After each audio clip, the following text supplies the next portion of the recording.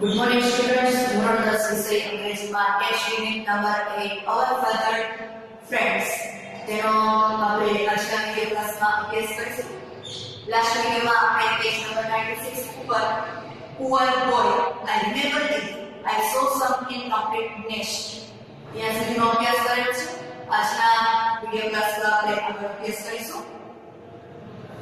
Devang says, Shubhangi, the birds are not only our friends, but they also help us in many ways.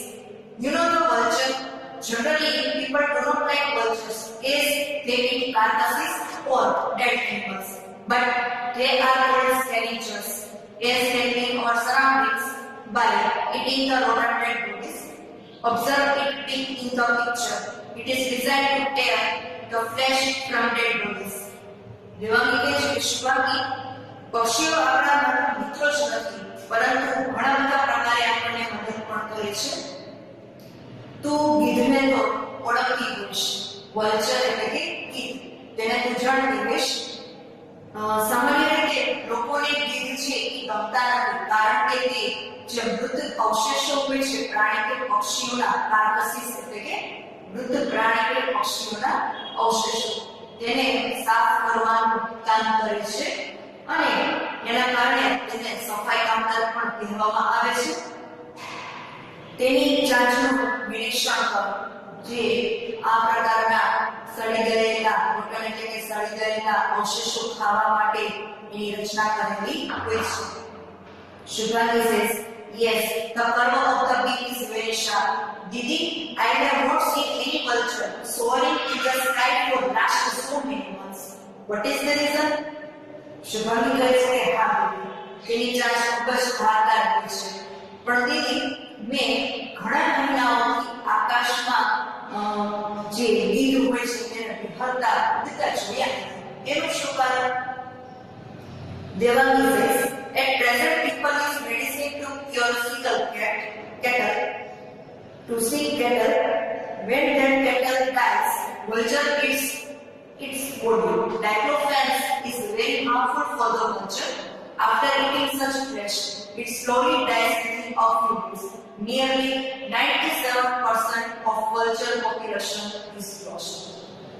તો દેવાંગી કહે છે કે હાલના સમયમાં જે લોકો પશુઓ પાળે છે એ લોકો જ્યારે કે પશુઓ બીમાર પડે છે ત્યારે એને સાજા થવા માટે દવા આપે છે અને જ્યારે આવા પશુઓ છે એ ક્યારે મૃત્યુ પામી જાય છે ત્યારે વલ્ચર છે તેના શરીરમાં રહેલું નાશ થાય છે અને ડાયક્લોફેનાક છે ગીધ માટે ખૂબ જ નુકસાનકારક છે અને 97% જેટલા જે ગીધ છે એ ધીમે ધીમે આ રીતના મૃત્યુ પામે છે અને તેની વસ્તી છે એ ઘટતી જાય છે. Shubhangi says, it simply means that we the human beings are very selfish. We do not care for other living beings on the earth. Why are we not doing anything to save the birds? How can we help birds? Shubhangi કહે છે તેનો અર્થ એમ છે કે આપણે જે મનુષ્ય છીએ એ ખૂબ જ સ્વાર્થી છીએ અને પક્ષીઓને નુકસાન પહોંચાડી રહ્યા છીએ. આપણે તેઓને કઈ રીતે મદદ કરી શકીએ અને આપણે શું કરવું જોઈએ? Devangi says, you can offer grains and water for birds. Nowadays, we get to see very few sparrows right. Where have they gone? Devangi કહે છે કે આપણે તેને અનાજના દાણાઓ અને પાણી આપી શકીએ. અત્યારે ચકલીઓ જોવા મળતી નથી ખરું ને? તો તેઓ ક્યાં ગઈ હશે? Shubhangi says, they have perhaps gone to their mama's home for vacation. Shubhangi કહે છે કે તે વેકેશન કરવા માટે તેના મામાના ઘરે ગઈ હશે. Devangi says, what about the other days? તો એના સિવાયના દિવસો શું? Shubhangi says, I don't know. Will you please explain?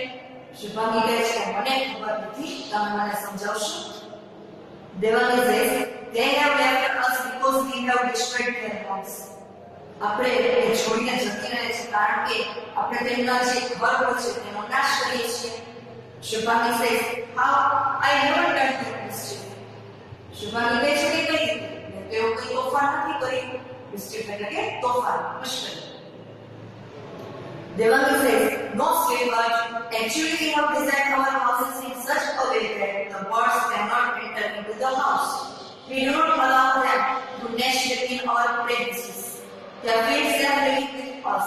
That's why we call them the house.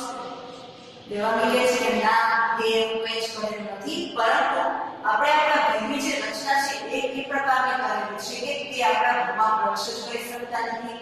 Plus ઘરમાં અને પ્રેમિસિસ આજુબાજુનો જે વિસ્તાર છે તેમાં પણ પ્રવેશ કરી શકતા નથી. જોકે પક્ષીઓને, ખાસ કરીને ચોકલીઓને આપણા ઘરમાં આજુબાજુમાં રહેવાનું ખૂબ જ ગમે છે. એના કારણે જ તેને હાઉસ સ્પેરો કહેવામાં આવે છે.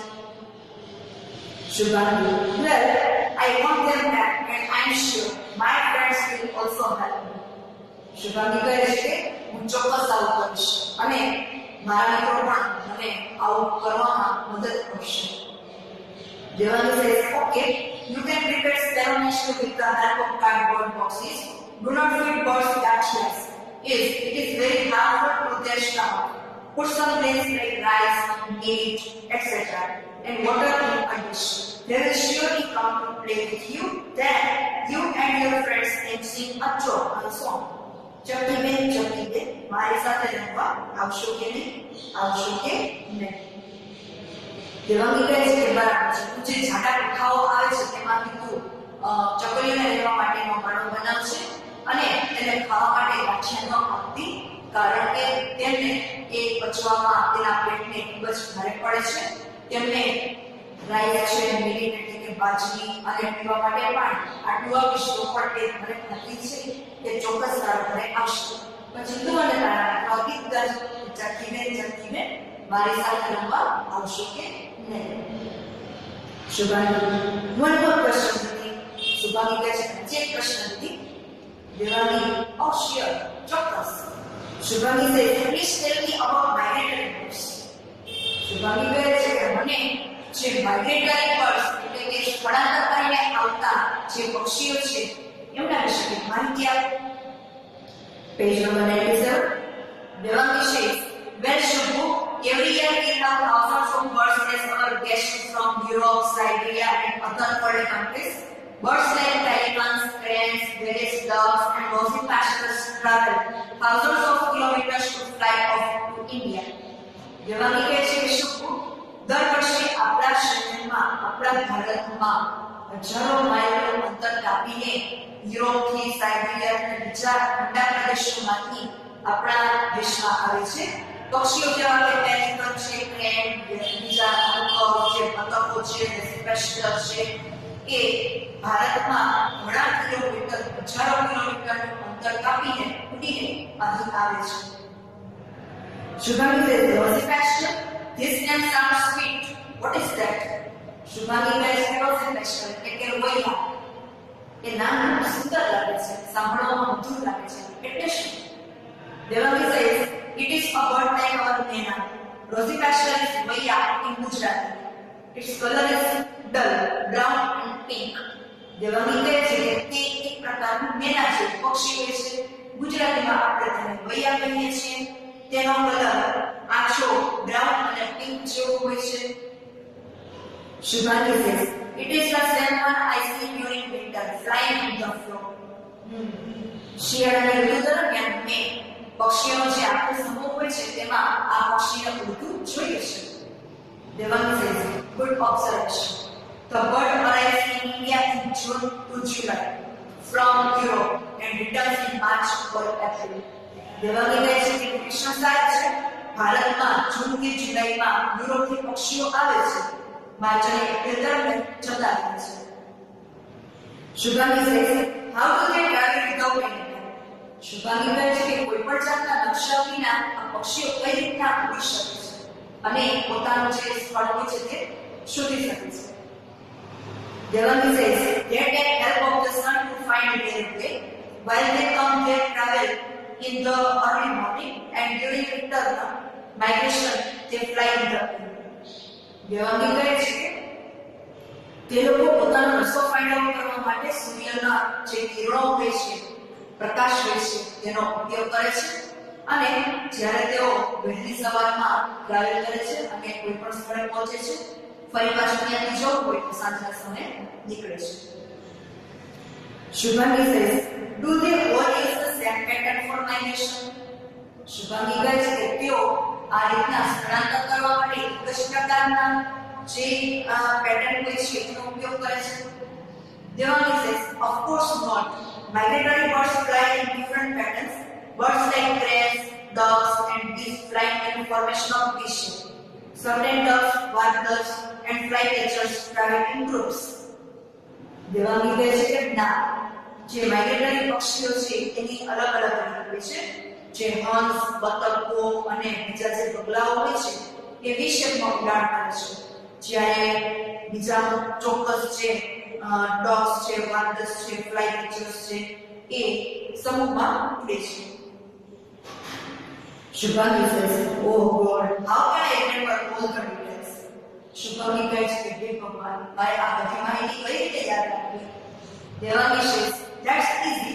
Remember these steps while walking. Devani કહે છે કે ખૂબ સરળ છે. જ્યારે તું પક્ષીઓનું નિરીક્ષણ કરે છે ત્યારે આ વાતનું ધ્યાન રાખજે. First, see the color of the bird. સૌપ્રથમ પક્ષીનો કલર જોવો જોઈએ. Second, observe its size. તેનો જે આકાર છે તેનું નિરીક્ષણ કરવું જોઈએ. Third, notice the shape and length of the bill and tail.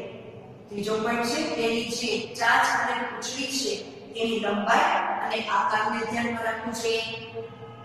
Fourth, place of sight like perched upon a tree or wire in water body, open ground, grassland or sky.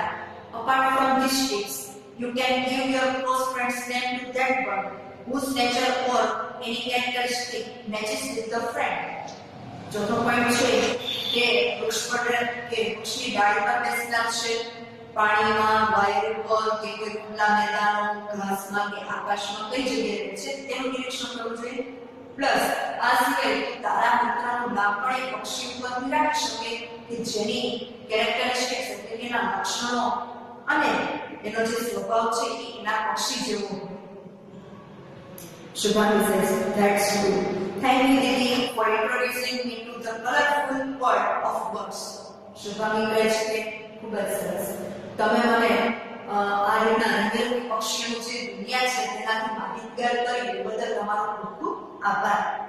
Devani says, yes, my brain fever bird. હા, મારા brain fever bird પક્ષી નામ આપે છે. Mitra says, what is that? એટલે શું? Shubhangi says, a bird like Shubhangi. Shubhu, search about this bird. Shubhangi કહે છે કે શુભાંગી જેવું પક્ષી. શુભુ, તું એને સર્ચ કરજે. Mitra says, remember Shubhu, we need birds on the earth as they eat up insects harmful to our crops. They are also helpful in spreading of seeds. They entertain us with their sweet calls. Take care of birds. They are the true indicators of a healthy environment. મિત્ર કહે છે કે શુભુ યાદ રાખજે, પક્ષીઓ આ જે પૃથ્વી પર રહે છે એમની આપણને ખૂબ જ જરૂર છે. તેઓ જે નુકસાનકારક જીવજંતુઓ હોય છે પાકના તેને દૂર કરવામાં મદદરૂપ થાય છે. પ્લસ જે અનાજના દાણાઓ છે ખેતરમાં વાવેલા હોય છે તેને અલગ જગ્યાએ સ્પ્રેડ કરવામાં ત્યાં પણ મદદરૂપ થાય છે. અને આપણને તેમના અવાજથી એવું આપણને મનોરંજન પણ પૂરું પાડે છે. તો આપણે પક્ષીની કેર કરવી જોઈએ કે જે આપણા જે એકદમ તાજગીપૂર્ણ અને સ્વસ્થ વાતાવરણ માટે જવાબદાર છે. Shubhangi says, thank you, Didi. Shubhangi કહે છે કે ખૂબ જ આભાર દીદી. સ્ટુડન્ટ્સ, આપણે યુનિટ નંબર 8 અવર ફેધર ફ્રેન્ડ્સ નો અભ્યાસ કર્યો. તમે તમારી સ્વધ્યાય પોથીમાં આ યુનિટને કમ્પ્લીટ કરશો અને તેનો અભ્યાસ કરશો.